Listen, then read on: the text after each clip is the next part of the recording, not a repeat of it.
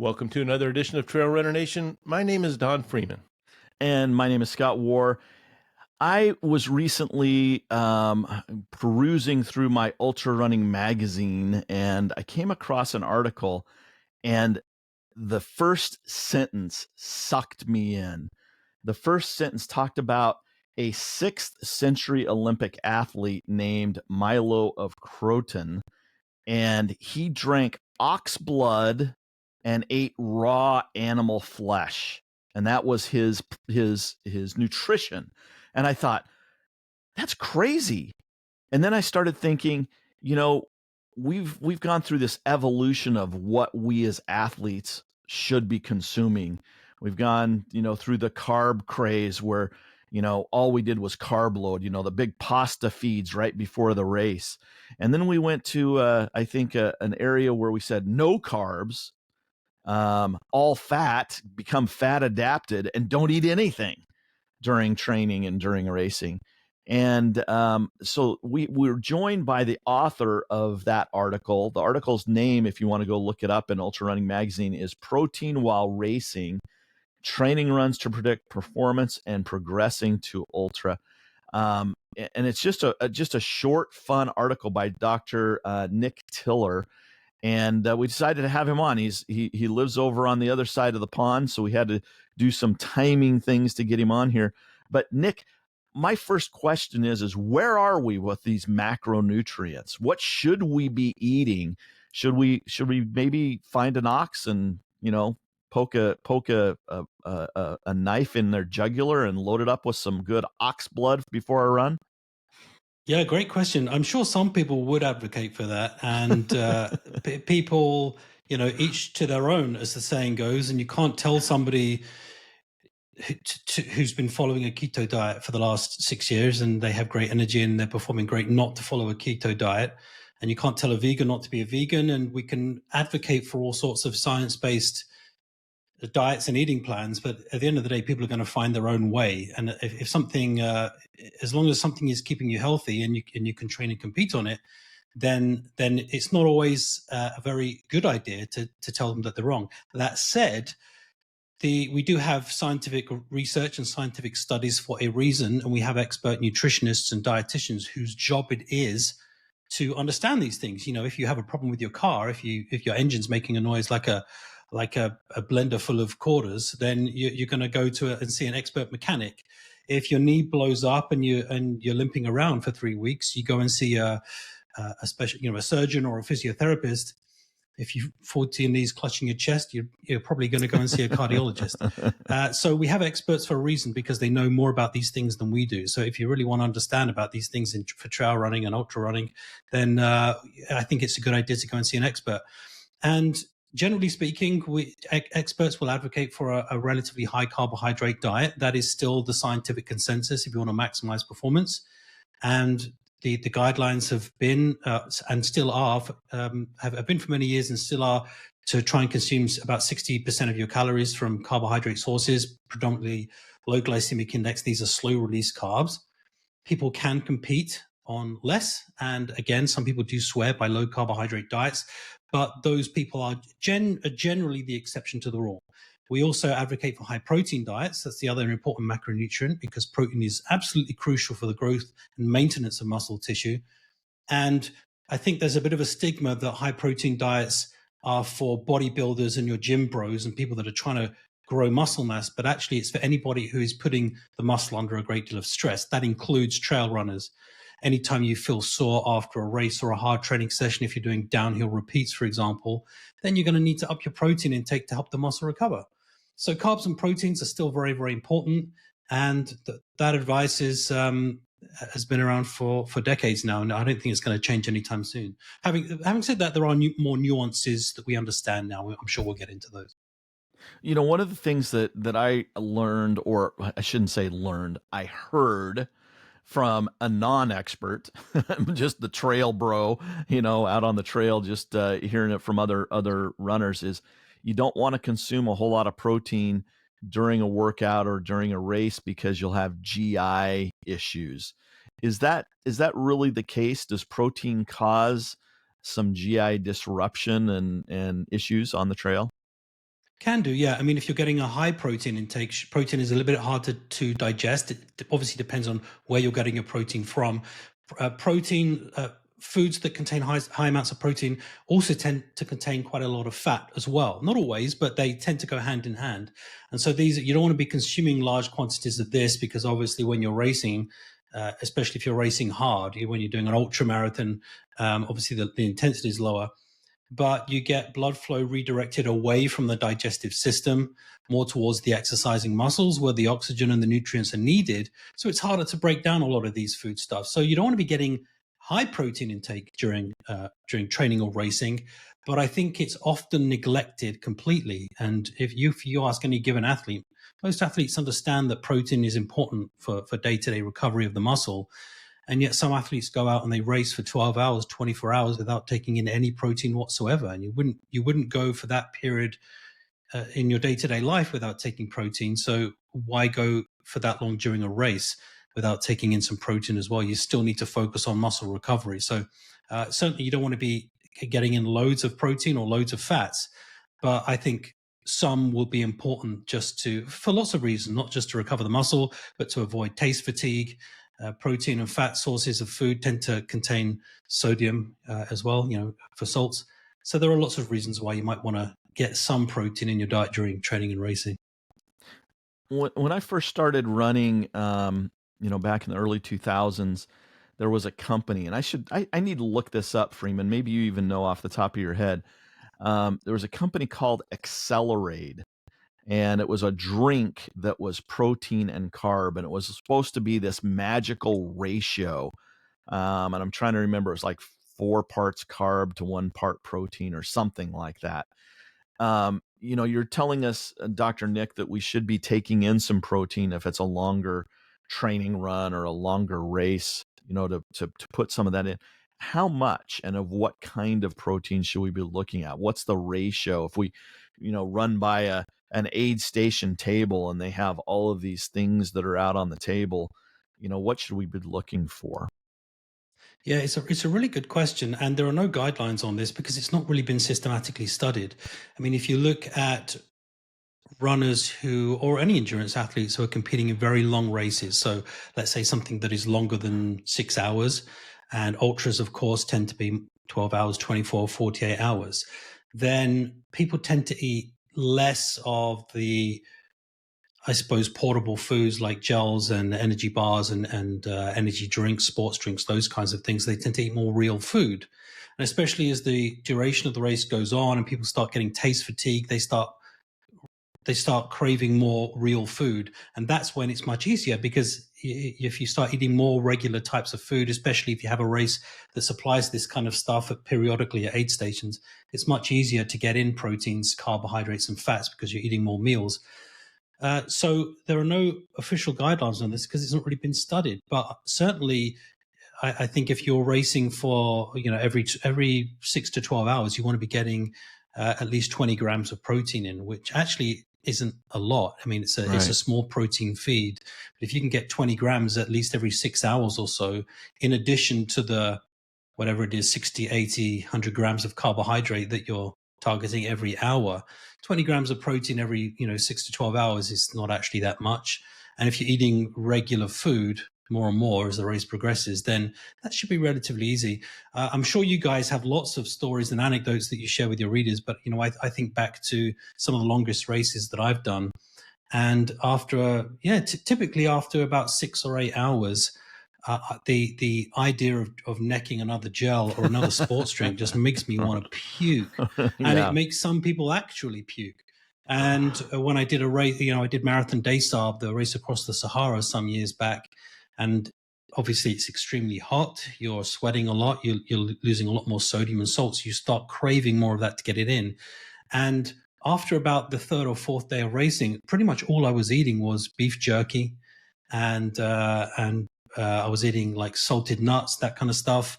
Somebody once gave me some instant mashed potato, which is obviously high carbs, that it was just like so salty. So I was just craving high salt food. And anytime I could get my hands on beef jerky, one way or another, that was like the best day. So you start craving more and more of this stuff anyway.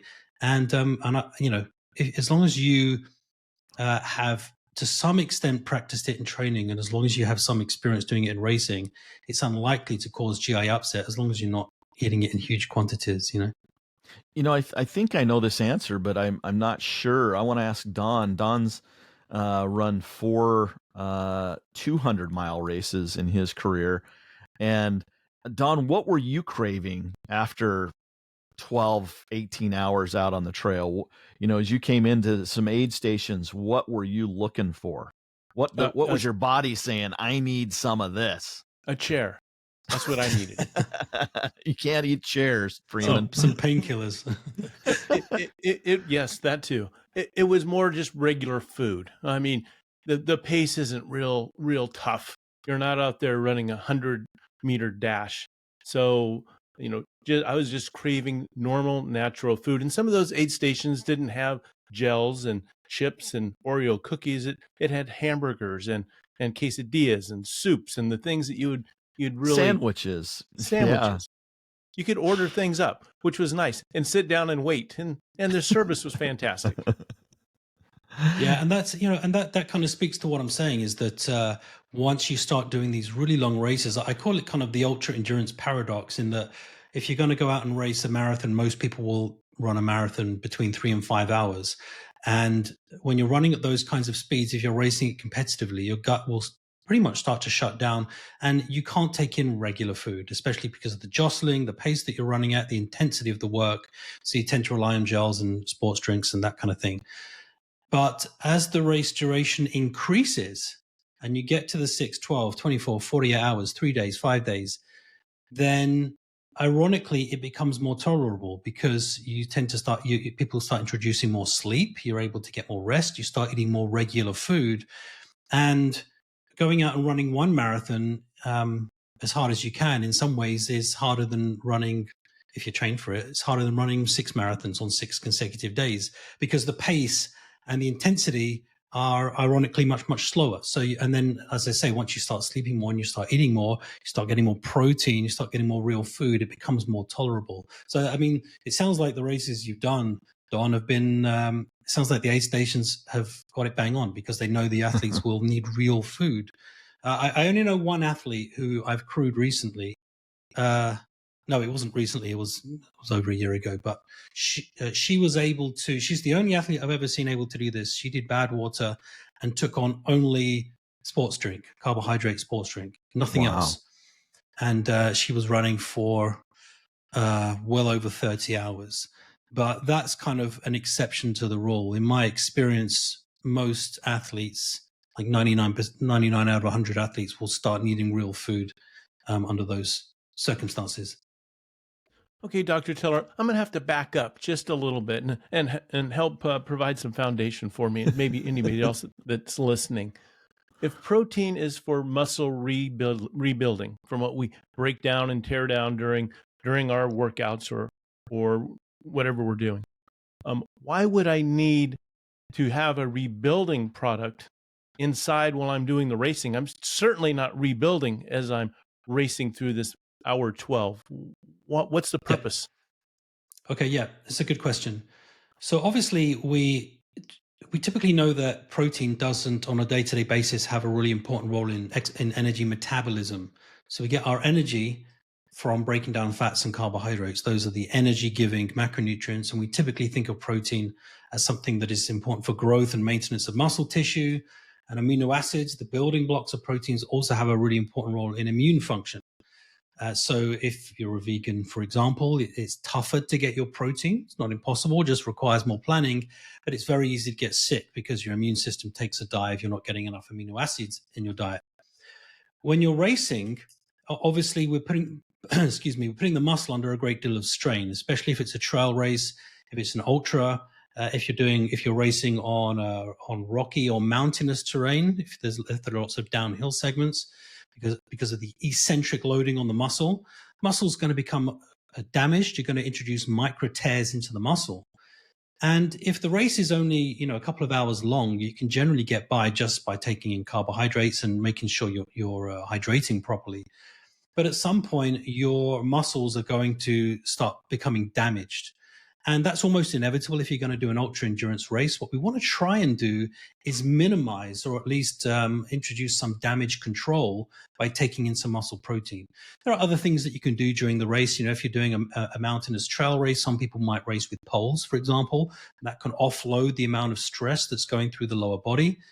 Some people might use nice thick trail shoes that might offer some cushioning and some stability, and that they'll actually compromise their running economy in the process, because thick trail shoes are slightly heavier. So we'll actually compromise economy for the sake of saving the legs. But protein is also an important part of that, a part that people often neglect. So taking in some protein can actually preempt the muscle building process. And especially in these long races, when like I say, when you're out there for 24 hours, getting in some protein is going to be absolutely crucial for minimizing that, for damage control, essentially. And I've noticed this more and more. If you speak to any athlete who's doing a very long running race, it doesn't matter what the terrain is. You ask an athlete at mile 60 of Badwater, which is flat as a pancake up until the last climb at Mount Whitney, and you ask them what is the one thing that's bothering you, most of them are saying my legs are shot. And if you ask athletes at UTMB, which is exactly the same distance, but much more, there's a lot more climbing, and you ask them the same question at mile 60, they'll say, my legs are shot. So it doesn't matter if it's flat as a pancake or if the race is mountainous. If you're running long enough and far enough, your legs are going to be shot. So getting some protein is just one strategy that I think can be useful for damage control. Thinking through that as you were speaking, since fat is a source of fuel, and it is not only what we ingest, but what we have on our body on board, thinking about craving the protein, what comes with the protein often is the fat and salt. So maybe what's driving us to that protein and desire to have it during those runs is we're really going after some other different fuel mechanism besides a simple carbohydrate. It's the fat that works. Salt needed to keep going. So maybe we're directed to that protein for that reason. I'm just thinking out loud. Yeah, and you're probably right. That's one of the main, I was going to say theory, but it's one of the main hypotheses behind why we get taste fatigue and why people start naturally craving high salt foods later in the race, because it's not really been systematically studied, but probably it reflects some kind of chemical imbalance in the body. You're running a long time, you're sweating profusely, especially in hot and humid environments, and you start craving more salt because that's what your body needs. So you move away from very sweet foods, very high sugar foods and the sports drink, and you start craving, the mashed potato, the beef jerky, and those kinds of more high salt, high protein foods. It just seems like a natural evolution. Yeah, I'm a firm believer that you need what you crave. You listen to your body. Your body will tell you exactly what it's lacking if you listen to it. And if you keep trying to, shove down the foiled sugar that's packaged conveniently, that's not always what the body needs. And if you just learn to listen, you can make the best choices. Yeah, absolutely. And I think if you were to ask most athletes for some examples, just for some anecdotes of cases where they've just got sick of having the high sugar stuff, they'll give you, a handful of examples. I can recall at least, 4 or 5 races that I've done over the years where I've tried to continue taking in gels because that was my strategy, right? I was sticking to my nutrition plan. And of course, the problem was that my plan was too rigid. You have to have a plan, but you also have to be able to adjust on the fly. And that's something that not all athletes are good at, especially in trail races and ultra races, because the best laid plans often go out the window. So yeah, it's really, really important. Yeah, that plan usually goes out the window more than the plan gets stuck to, right? My plan is to let my plan change. That's my plan. That's the only one I have. Yeah, and you're absolutely right. I think that is something that athletes need to learn. And with this kind of sport, it is inherently unscientific in that you can follow the science and you can look at the determinants of performance and you can set down some guidelines based on the existing research. But it's extremely hard to do some real detailed, systematic research in these kinds of races, because there are so many factors that can affect performance, and the conditions can change, and the athletes can get injured, and then the gut shuts down, and then metabolism changes. And then you've got to think about the food that you can carry and the food that's available at aid stations. There are so many different variables that can change in any given race. It's very, very different to just going out and running a marathon, where you pretty much you can predict things, and you know more or less what you're going to come up against, but not so in this kind of sport. Dr. Nick, I'm trying to think. Okay, so we've established that protein is good and possibly necessary during a long outing out there on the trail. What kind of protein should we be looking for? You mentioned at Marathon des Sables you love jerky. Um, Sometimes that's, in fact, I don't know if I've ever seen jerky on an aid station table. What other kinds of protein can we plan on? A liquid protein, a protein powder, or I don't know, a small container of cottage cheese or something? What should we be looking for? Yeah, this really comes down to individual preferences, because some people are going to be able, going to have very high tolerance for certain foods. Protein powder is great because it's going to be fairly easily digestible. I think anytime that you can take a liquid instead of a solid food, it's going to be more easily digestible. Some people, of course, are intolerant to whey proteins. So, if you can take a whey protein isolates is partially digested. So again, it's going to be easier to digest. There's a lot to be said for just taking some amino acid supplements. So these are just tablets that you can take that you might have to take quite a few tablets to get a reasonable dose of protein, but essentially you're just trying to get you're trying to get amino acids into the body. So whether you get that from a whole protein source, a supplement, or just some amino acid tablets, that might be beneficial. Like you say, you could be looking at, I would probably tend to avoid dairy just because of the high fat content, unless it's something that you've used in training or previously in racing. Some people like eating like trail mix, nuts and seeds, which contain protein. It doesn't have to be a whey protein shake or a steak or a chicken leg or beef jerky. These are the obvious sources of protein. Like nuts and seeds contain protein as well. So it really comes down to individual preference. And this is where I would say to people, just try different things. Try it in training, try it also in races that are not critical. If you're going for a PR and you've been training for something all year, maybe don't try a new strategy in that race. Try it in something that is where the stakes are a little bit lower. And just again, as Don said earlier, go with what you feel, go with what you're craving, and just try different things and see what works for you. Because in this sense, there are no official guidelines. It just comes down to kind of personal preference and a little bit of experience as well. So I've got to ask you, what are your initial thoughts as you pull into an aid station and you take a look around at the nice little banquet table filled with all the goodies on it? Are you disappointed? Are you encouraged that maybe we're getting closer to truth? What's your thoughts at that table when you step up? Yeah, it has been getting better for sure. I can recall races I've done a decade ago, where I did my first 100-mile race. The aid stations were approximately every 10 miles, and they were absolutely identical, and they just contained finger food, chips, and nuts, and cola, and some sports drink, and it was the exact identical at 10 miles for a 100-mile race, and it was just soul destroying. Because you don't only get sick of it, but it's just providing you with a very limited source of carbohydrates and a little bit of fat. There's not really much there, but and in that race as well, there was no hot food at all. So, but I have seen it getting better. When I've crewed at races and when I've been running them, I've seen at least 2 or 3 of the aid stations will provide athletes with proper meals. People are catching on to the fact that the athletes experience taste fatigue, so they'll start offering more variations. I'm not seeing a lot of protein offered because I think a lot of race organizers just don't have the the knowledge of what kind of proteins to provide. They don't want to provide people with chicken legs and cottage cheese, but they're sort of running out of ideas of where they can get protein. They don't realize that actually there are protein in all sorts of different foods. It doesn't just have to be the obvious ones.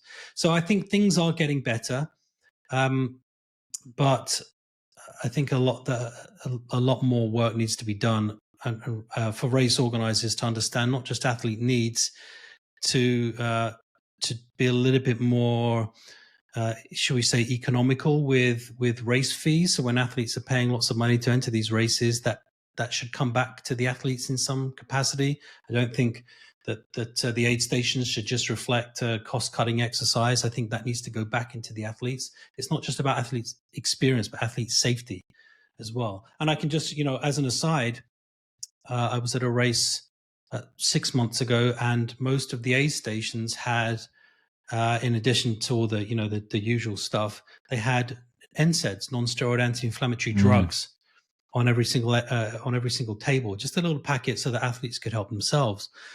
And that's a big no-no. We've been talking for years about avoiding NSAIDs during exercise, especially long duration exercise. And I was horrified to see that this race, of all the things that it was providing to athletes, was providing non-steroid anti-inflammatory drugs, which we've known for many years could be putting athletes at serious risk. So yeah, to answer your question, it has been getting better, but a lot more work needs to be done to improve the quality of those aid stations.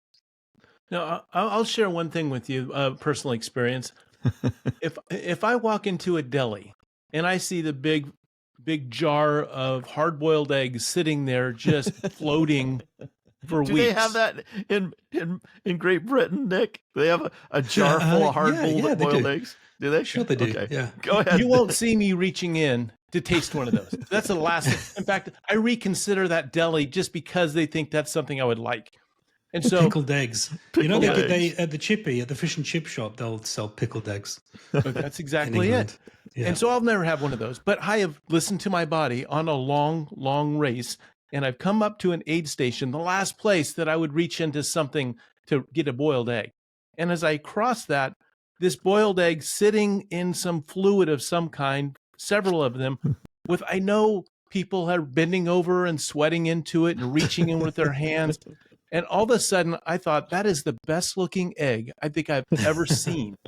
And I couldn't wait to eat multiple, as in two, one at the moment and one for down the road.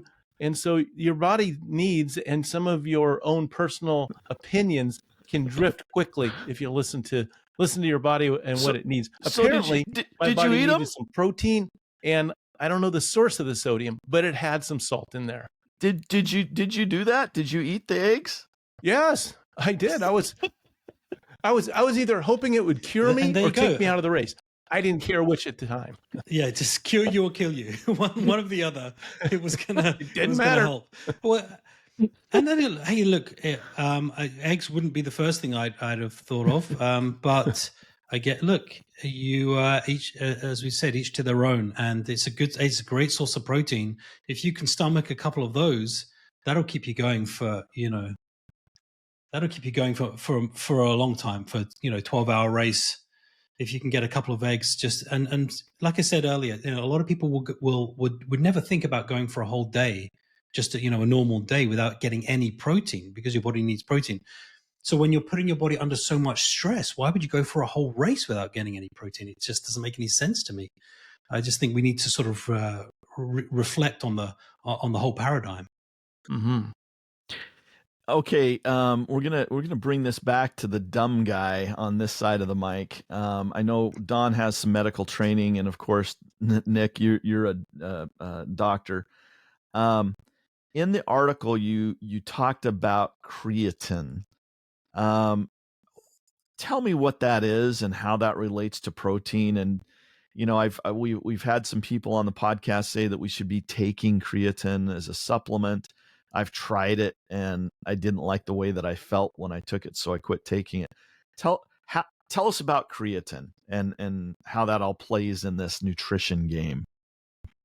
Yeah, well, creatine is a compound that's produced naturally in the body. It's found in highest concentrations in muscle. And scientists in the sort of late 80s, early 90s started doing more systematic research on creatine as a supplement. And some of the very preliminary research found that if you were to take creatine as a supplement, then it could improve performance in short duration, high intensity tasks, more specifically recovery from high intensity efforts. And decades later, the research is pretty much overwhelming. It's one of the very few supplements that sports nutritionists and dietitians will all unanimously agree there is overwhelming research to show that it's beneficial for high intensity efforts. You most likely need to load creatine. So you either take a loading phase of 20 grams a day for 5 days and then just maintain by taking a 5-gram scoop of creatine just with water every single day to maintain high concentrations in the muscle. Or if you don't want to load, you just take 5 grams a day, and after about a month, you'll load creatine into muscle tissue. And the whole point is that during, let's say, as an example, the most anaerobic exercise that we can think of would be a 100-meter sprint. It's all out, maximal intensity for, world record, let's just say 10 seconds. You're relying almost exclusively on your body's phosphocreatine stores to release energy for muscle contraction. So muscle contraction is fueled almost exclusively by the phosphocreatine system, and the recovery of that system is facilitated by the supplementation of creatine, because you're increasing free creatine in the muscle without going into all the biochemistry, which the people at home will probably find quite boring. But the point is, there's an overwhelming body of research on it. It definitely works for high intensity exercise. Most people tend to respond to it. It's particularly important in women who tend to have lower creatine stores naturally. They also tend to have lower lean mass compared to men, so they have less creatine in their bodies. And I guess most importantly, it's pretty much impossible to get enough creatine in your diet for it to be meaningful as a sports supplement. You'd probably need to eat about 30 pounds of red meat every day just to get the 5 grams of creatine that you need. It might be fun to try it, but I don't recommend it. So supplementing, and look, if you know anything about my work, I'm not a big supplement guy because 99% of the supplements don't work, or if they do work, they overpromise and underdeliver. And supplements are a huge industry. Generally, we don't need supplements.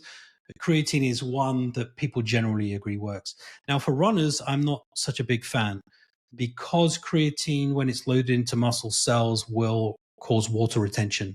And if you're quite a potent responder to creatine, you can gain 7-8 pounds just in fluid, which obviously makes you heavier, and that can affect your running economy, or actually cause your running economy to go down.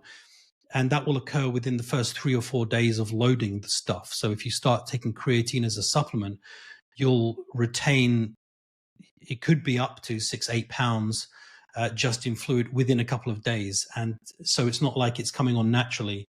So that's a huge stress on the body.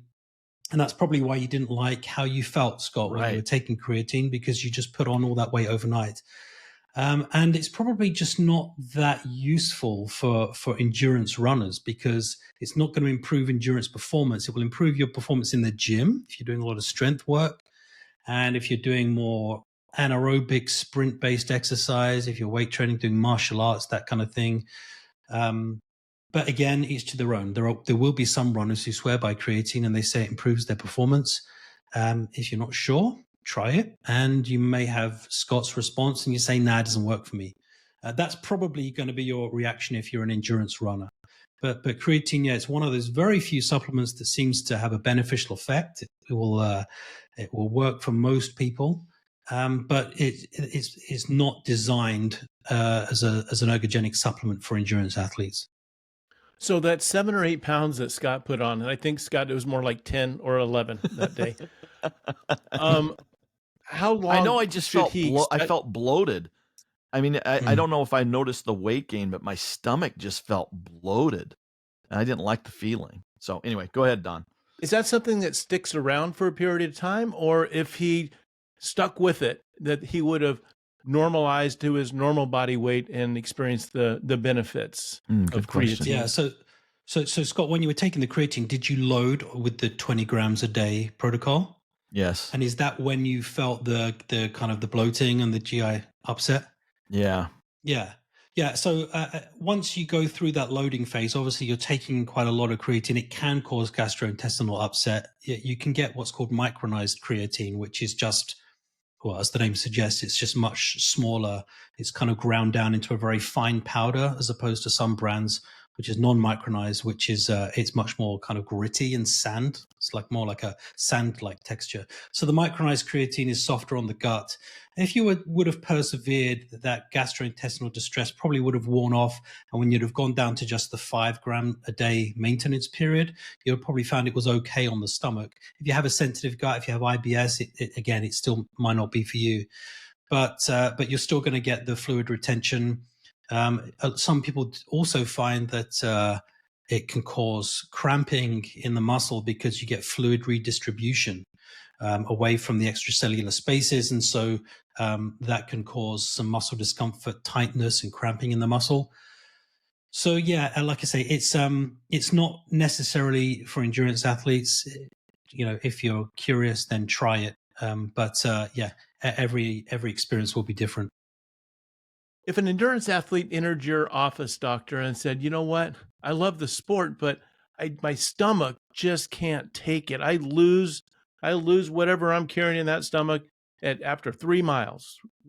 Are there any solutions or suggestions you would help? Because I'm sure there are some people listening to this that might say, "Yeah, that's me." Yeah, that's me.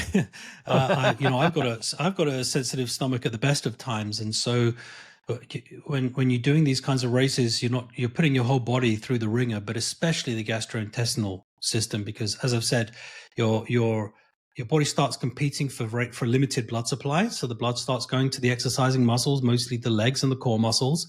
And so there's less blood in the gut to break down all of the food and drink that you're taking in. And you've also got the jostling. So the stomach is literally jostling around in your body because of the impact, the consecutive footsteps that you're taking. You might be, in a long race, you're taking 100,000 steps. And so you're irritating the stomach for this reason as well. It's not uncommon to get some kind of increase in intestinal permeability, what we call leaky gut. So leaky gut syndrome is a bit of a pseudoscience when people talk about having leaky gut on a day-to-day basis. That's sort of been contested. There's not a lot of evidence to support that that's a real thing. But during exercise, during running, again, because of the impact forces, the jostling of the gut, you can get an increase in permeability of the small intestine, and you can get what we call endotoxin leakage into the blood, which could be one of the main things that causes people to feel sick during races. It's not necessarily just a stomach problem. It could actually be a small intestine problem. So yeah, this is a common issue, one of the biggest causes of DNFs in races.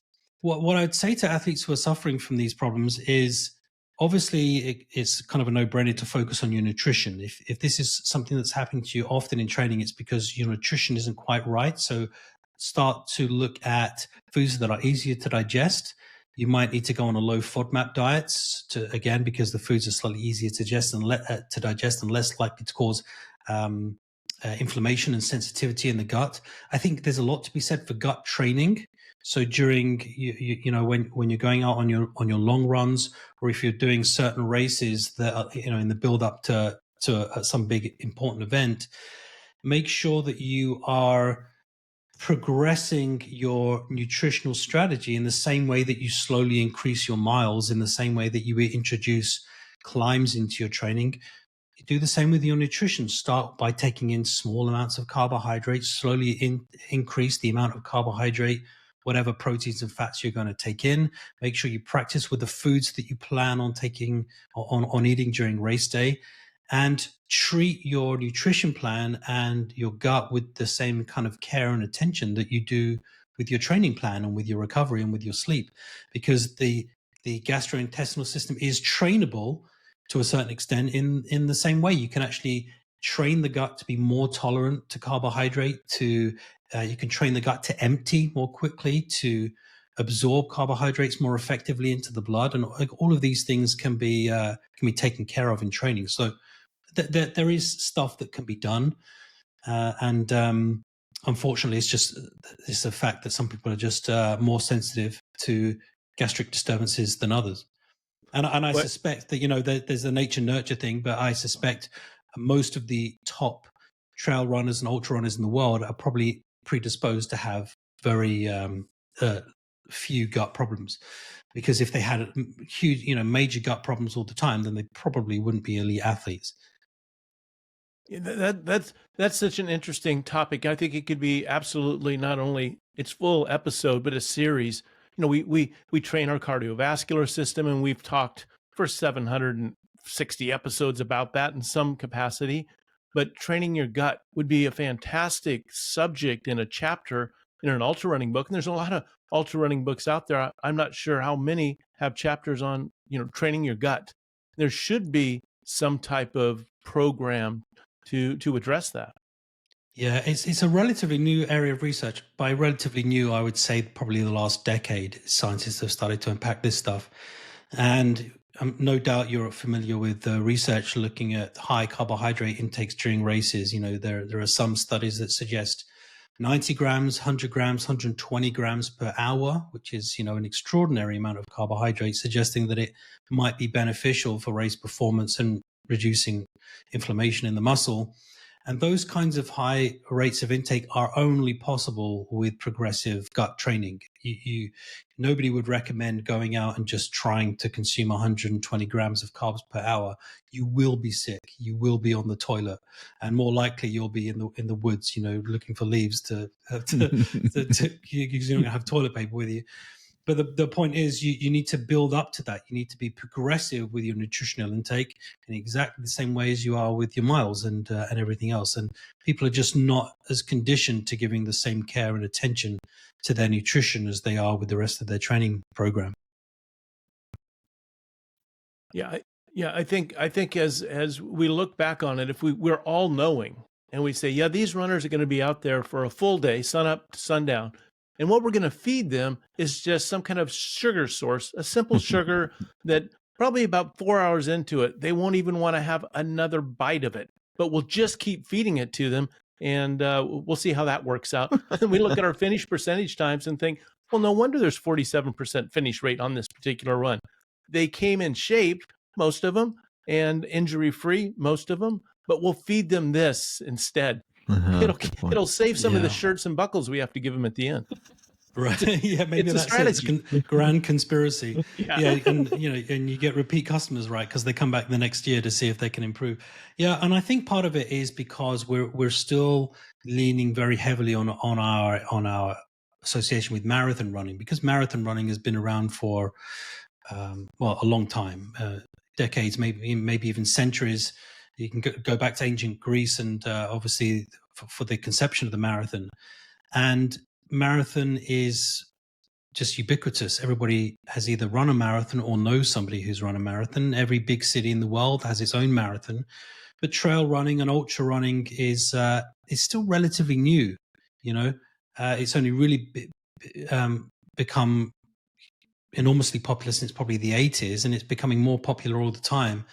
But I think a lot of our understanding of the sport is just an extrapolation from marathon running. And we say it all the time, that trail running and ultra running, it's not just long marathon, it's an entire sport in and of its own right. So we're used to just giving people sports drinks and gels because that's what we've done in marathon. And actually we need to reinvent the wheel here, because this is an entirely different game. You can't go out there, and people are learning the hard way that you can't just go out there and neck 3 gels every hour. And I still get people come to me, and I'm sure you guys meet people all the time when they're just getting into this sport, and that they come to me, how many gels should I take every hour? And I'm like, well, you can take probably 3 to 4 the first 2 hours, and then you're going to puke. And then you have to kind of come up with a new strategy. But yeah, a lot of this is just left over from marathon running. And it's a lesson that's learned by all of us, right? By experimentation, we've all got to the point where we go, all I have is another freaking gel, and you start squeezing it into your mouth, and then you have these throw up responses where you're Well, when I and did MDS, mentioned that I did MDS earlier, and again, I went there with such a very specific strategy, and I was going to be taking carbohydrate powders I was depending on those for a lot of my calories, and obviously you're trying to keep pack weight down because you're completely self sufficient, and my pack was about about 18 pounds, and which is not that heavy. That's kind of the lower end of what most people take. And probably about a third of that was carbohydrate powders that I was expecting, that I was anticipating that I was going to be taking. And like I said, after a couple of days, I was just sick of the stuff. I couldn't consume it.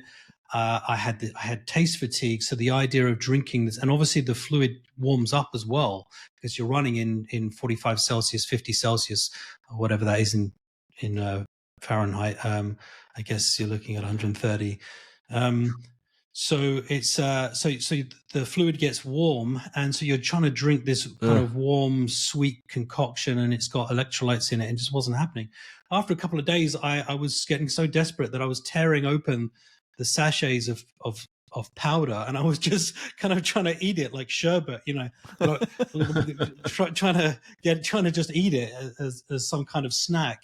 And that lasted about 2 hours. And so then I was, that's when I started to find beef jerky, and I had to start listening to my body. But yeah, it's the lesson you learn the hard way, unfortunately. that, by the way, Nick, that is Don's preferred way of taking any Oh yeah, kind of carbohydrate is just by mainlining the powder. He yeah. he loves Try that. scooping it. So Dr. Nick Tiller, he is an exercise scientist. He's a researcher and a writer. What is on the forefront? What are you excited about with research in the exercise realm right now? What piques your interest?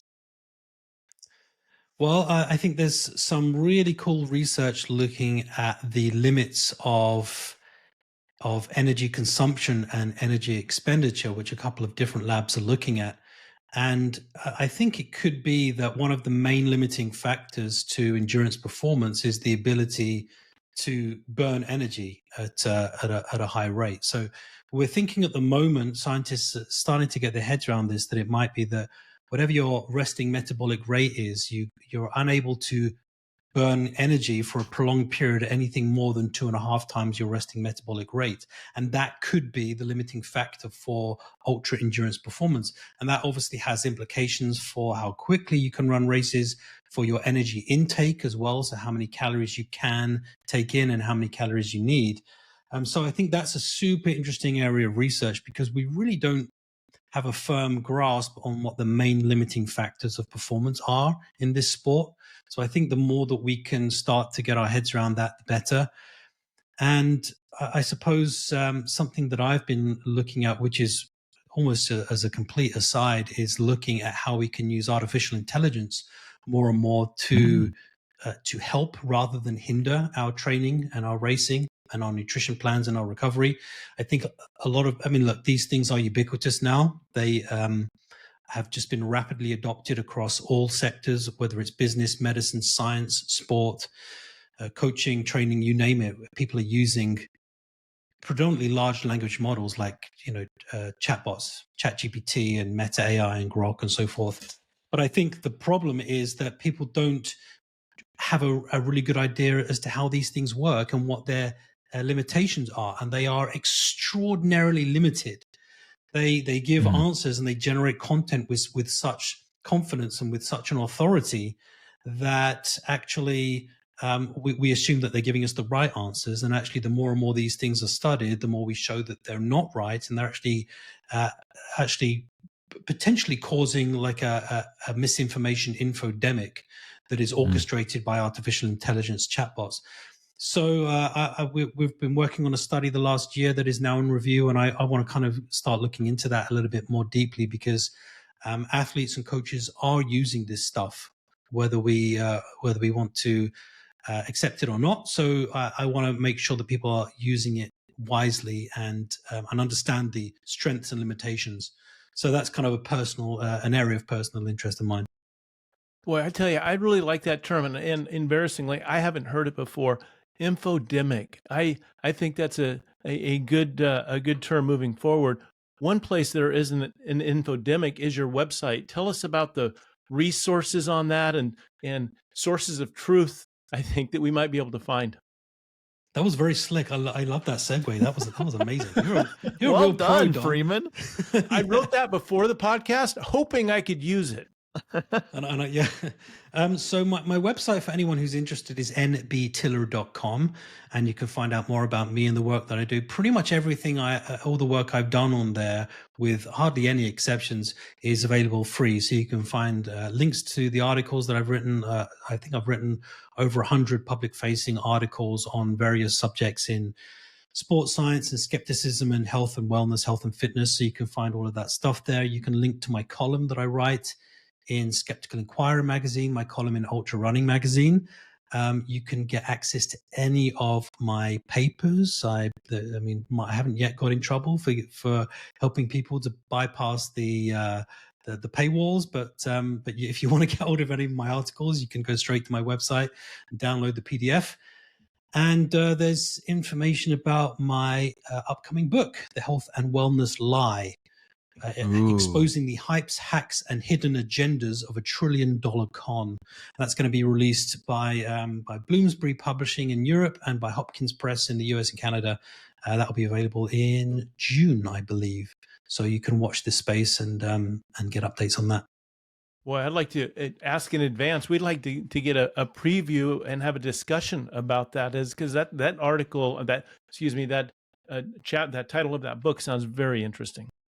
Yeah, absolutely. Be happy to chat about it. It's a really a labor of love. Oh, it's a labor of love and hate, because it's been a bit of a graft in places, and of course I've had to take a deep dive into the wellness world and understand as much as I can about the disingenuous and unscrupulous tactics that wellness gurus and fitness influencers are using, basically to separate people from their hard-earned cash. And it's a subject that's especially important for athletes and exercisers, because we're always looking to improve performance in one way or another. And I think athletes and exercisers are particularly susceptible to kind of baseless claims in the commercial world.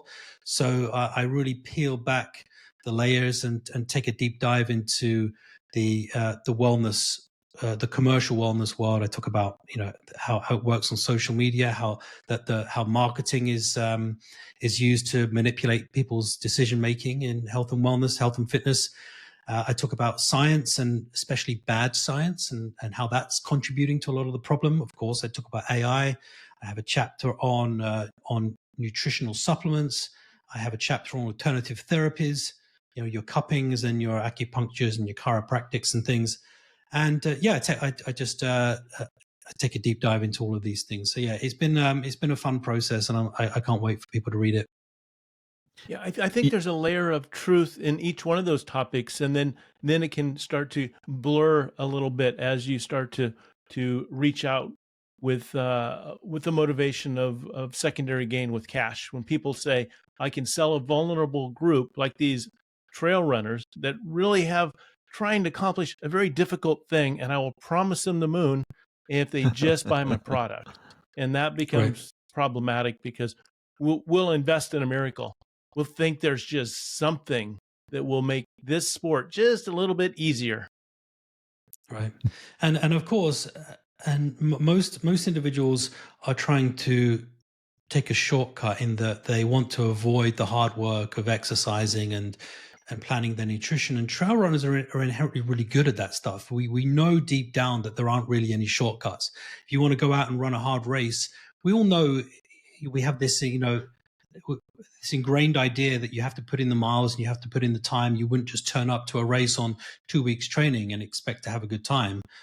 Well, some people still do, but that's but by and large, trail runners are pretty good at that stuff. But still, we like to believe that there is a way to expedite performance, to expedite recovery, just by throwing money at the problem. There must be a way to make this just a little bit easier. And generally speaking, there isn't.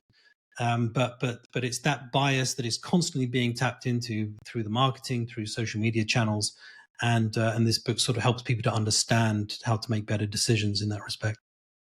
Hey, Don, I have an idea for a business that you and I can start and maybe make some money and take advantage of these trail runners. It's called Ox Blood Oh, Energy. And there you I think go. I think that we can make a run at it and maybe have a pretty good chance of success. So Hey, Nick. do we put it Oh, in pill package? Do we put it in a bottle, or all do of the we above. All of the deliver above. the ox? Alison Warfow. Yeah, all of the above. You could sell it in little like ketchup sachets, this funny little thing and with ox blood written on the front. I'll tell you one of the things that of course, we met you or became aware of you through Ultra Running Magazine, where you are a frequent contributor. But the other magazine, Skeptical Inquirer, I've never heard of that magazine. I am going to look that up and find that out. I love that you're skeptical, and I love your attitude too. We've been, doing this for now 14 plus years, and we've always said we don't have the answers, and what we have experts on here to talk about, don't take their word for it. We need to do the experiment of one, and try it, see if it works for you, and if it does, great. If it doesn't, then abandon it and try something new. And I think that it sounds like you have the same philosophy. We can look at science to give us a nudge in the right direction, and then try it and see if it works. Yeah, especially in this sport, because there are so many unknowns. There is no really strict scientific consensus on a lot of the ways to prepare and to race in these kinds of events. So a lot of it is just kind of learning on the job. That we can use science as a guide, but when you throw somebody out onto the trail and they're out there for however many hours, and the sun goes down and the temperatures drop, and they twist their ankle and their gut shuts down, as I said at the start, the science kind of goes out the window. So we can use it as a framework, and it's a great way to give yourself some guidelines. But oftentimes it's kind of learning on the job and figuring out your own path. In this sport more than any other. You're right. The on-the-job training is probably the best teacher, and the trail runners around you, great source of their N of one, and I think that's what makes the sport exciting and engaging. Is it's always changing. The weather changes, the trail changes, the elevation changes. There's multiple things that shift around that allow us to practice something new for survival. Right. Yeah. Yeah, because that's the point, isn't it? That the stakes are higher in this kind of race. It's oftentimes it's not about getting a PR, although a lot of people do target PRs. But there's a different kind of camaraderie in this sport, because everyone's just trying to get round in one piece, and so there's a different mentality, right? Yeah, if someone's running off trail and you see they've missed the marker, there's not a chance you let them go without letting them know, hey, trail's over this way. That's what I like about the sport of the group. It's all for one, and that makes it nice to be around. No taking ribbons down so the next guy behind you doesn't catch you. That doesn't happen in our sport. Dr. Nick, thank you for keeping us on the trail, and making sure we don't go off the cliff. The information that you've provided on this episode is really good. Like we mentioned, you can find out more about Dr. Nick at nbtiller.com, and then we're hopefully going to have you on next year after the book gets closer to publishing. And boy, the title, just like the ox blood, Nick, the title has drawn me in. I want to read that book. Well, and you mentioned Skeptical Inquirer earlier. I don't know if you can see my picture here. I've got the framed magazine for the Skeptical Inquirer. I wrote a feature article for them when the Olympics were going on, and the title of the article there is "The Olympic Games from Gods to Gurus." And it's a cool piece. So if you're interested in sort of pseudoscience in sport, I think you can find that article free online, and again, you can access it through my website. But yeah, I even used the Milo of Croton story to introduce that article, because I then go into kind of ancient Greek myths and how myths and misinformation have evolved throughout the years. And whereas the ancient Greeks sort of the Olympic Games were created as a tribute to the gods, and the modern Olympic Games is less about gods, but we've replaced gods and the religiosity with the pseudoscience and the superstitions and the mysticism. So we've replaced one with the other. So yeah, that's my whole jam. I love sort of debunking myths, helping athletes and coaches and exercisers to make smart decisions, because it's really easy to make dumb decisions in this commercial climate. So yeah, the more I can do of that, the better. But yeah, listen, thank you guys. Thank you for giving me a platform to discuss some of these important topics. And that was a lot of fun. Keep doing what you do. Good work, Dr. Tiller. So go find some creatine and do a load. I think I may try it again, Nick. I honestly think I may try it again after talking to you. But we appreciate you coming on.